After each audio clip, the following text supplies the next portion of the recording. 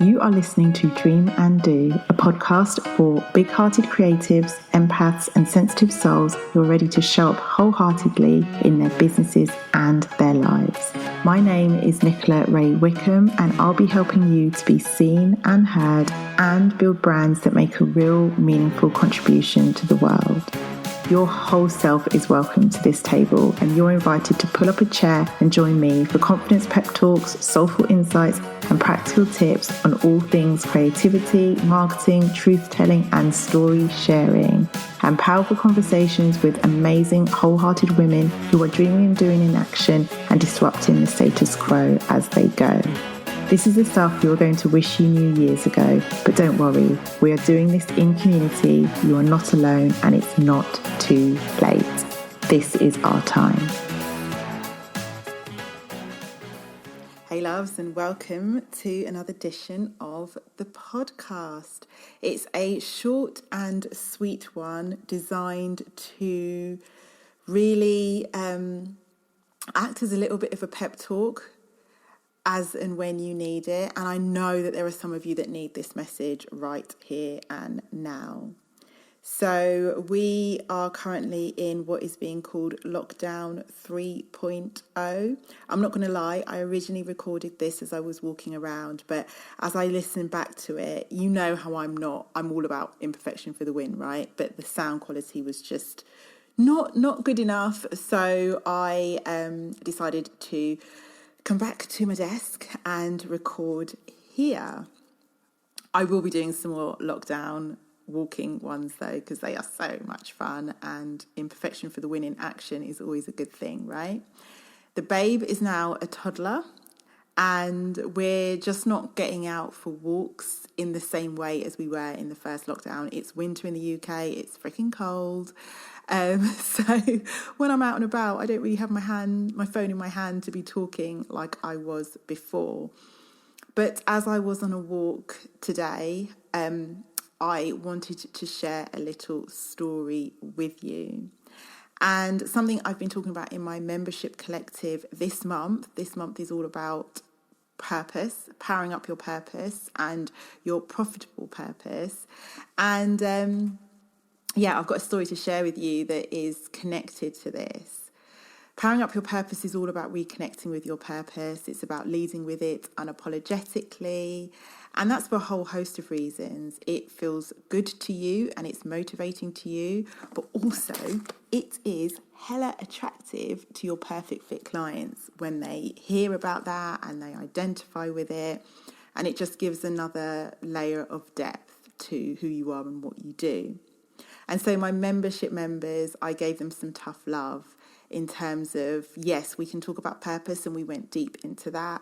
But if you really want to make it profitable, then you need to stop talking about it and actually start being about it. And that's what this episode is about. There are some things that you need to get really kind of real and true on in terms of turning your purpose and turning your work into something that's profitable. And an example is this little story that I want to tell you about my window cleaner. And so what happened this afternoon is a really nice testament to that. So we're in lockdown. I'm in with the kids. My husband's upstairs. He's working from home. I'm trying to home learn. I'm trying not to call it homeschooling. And do the juggle that is having a business, having children, being in lockdown, living in a pandemic, right? Just that normal thing. And we had a knock at the door unexpectedly. And it's quite funny, actually. In our household, if the doorbell rings and it's unannounced, everyone's kind of like, who's at the door? Who's at the door? Even the 7-year-old gets involved. So that happened, answered the door, and it was the window cleaner. And he was just like, hey, just wondering if you wanted your windows cleaned. And it's so funny because last week I was actually thinking our windows need cleaning. I wonder if he's still working. But with everything going on and with life being so busy, I just hadn't picked up my phone to text him. But what he did there was take the opportunity to make it easy for me, and I'm sure his other clients whose doors he knocked on. Usually he would come every 6 to 8 weeks. He would send a text or I would send a text. But it was really great to see that he'd taken the opportunity to knock on the door. He was probably in the area and to ask the question, right? And it was a real example of taking that initiative to ask. And what I really want you to embrace from this story is how grateful I was as the consumer, as the client, as the buyer, that he did that. Life is busy at the moment. There's so much to think about. There's so much going on. Wherever we can make it easier for people, you're actually doing them a service by doing that. Like I said, I had thought about getting my windows cleaned, but I hadn't actually made any moves to do it. And to be honest, I probably wouldn't have done. So essentially, I was really grateful that he asked for the sale, that he knocked on the door and offered right then and there. And that's where the real lesson is. Because if you want to make your purpose profitable, you have to ask. You have to put yourself out there. You have to give people the opportunity to say yes. And like I said, what I really want you to hold on to is that you're really helping people. And I have to caveat it, I'm not saying that my window cleaner's purpose is to clean windows, right? Like his life purpose is at all. But his purpose for his business is. And the principle is that if you need help in reframing the sale, this is the perfect one, because you connecting with your perfect fit clients is what makes your purpose profitable, and you are doing them a favor in many cases by doing that. This is you doing that work. And what I find really interesting, and I wonder when he woke up this morning, if he looked at his schedule and thought, gosh, I don't have enough jobs in the diary, or he thought I could do with some more jobs. So this is what I'm going to do. I'm just going to go to one of my patches in London. I'm going to knock on the doors of my clients and I'm going to ask them. Or if he was already in the area and thought, actually, my book isn't as busy as it usually is, let me go and ask. Either way, he took that opportunity and took that initiative.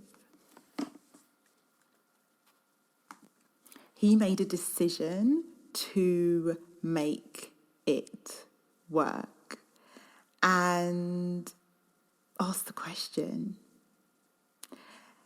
So what essentially stops so many people from making their purpose profitable is that they let all of the mind chatter get in the way. The narrative that says, oh, I might be bothering people, or maybe I'm not good enough, or what happens if I get rejected? And that stops you from helping people, and it stops you from really making your purpose profitable, which is what I know that you want. And so what's really interesting to me is that there are so many people who will be sitting in the belief that their purpose isn't profitable because nobody wants it. Or there are too many people in the marketplace doing it. It's just too saturated and too busy and too noisy. But that's not it most of the time. And this is the tough love that I gave my membership members. It's on you to go and knock on those metaphorical doors and ask. And just a note for those of you that might be scared of the no and scared of the rejection. And what I'm kind of interested in is if I'd said no to the window cleaner, he might have been like, oh, why is that then? And I suppose the reasons could have been maybe we found someone else to clean our windows, or maybe we took it upon ourselves to clean our windows. That would never happen, by the way. But either way, in him asking, he then had data, right, that could inform and help him going forward. And that is my point. There is data in the no. There's no need to fear it at all. It's not personal to you.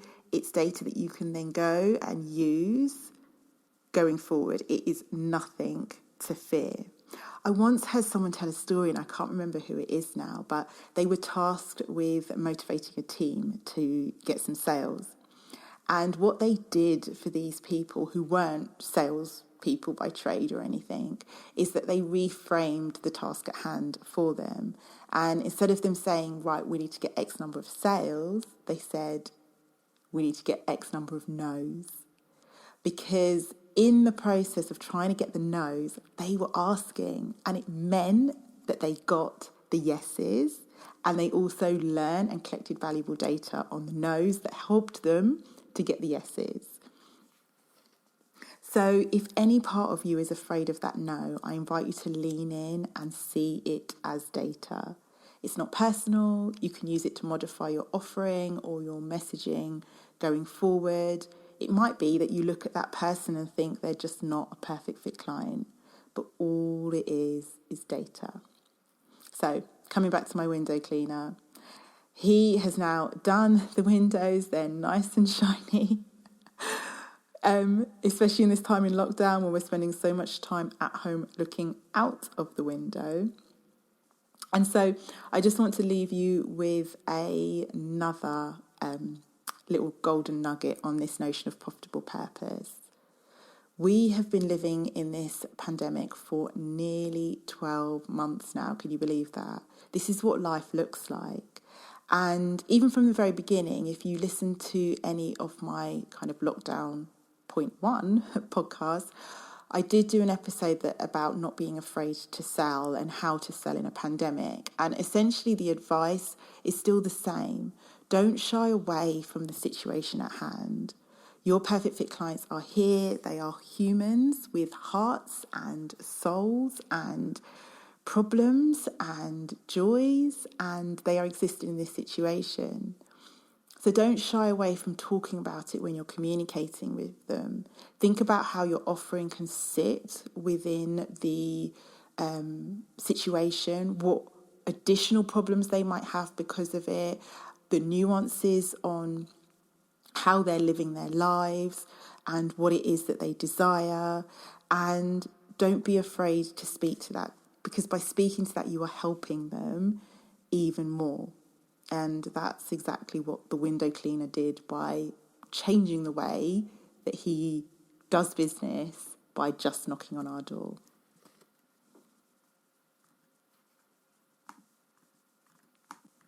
He took advantage of the current situation. He adjusted accordingly and ended up helping me out and probably lots of his other clients too. So think about, what does life in lockdown look like, mean for them, and for the outcomes that you are able to deliver to them, because that's another key in making your purpose profitable.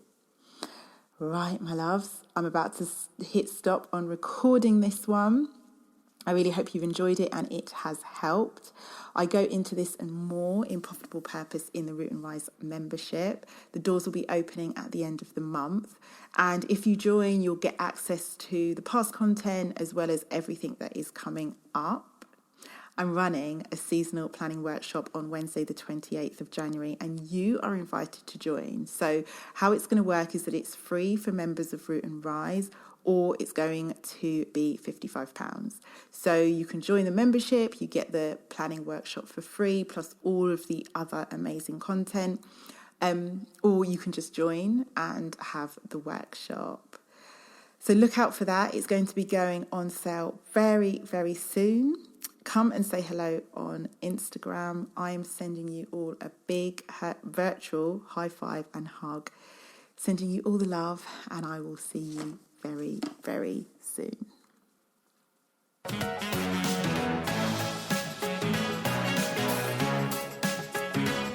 Hey love, and thank you for listening to this episode. If you enjoyed it, you know what I'm going to ask you to do. Please head over to Apple Podcasts, leave a 5-star review and a rating. It helps this important conversation and message get to more people. And also please feel free to share it with anyone who you think needs to hear it.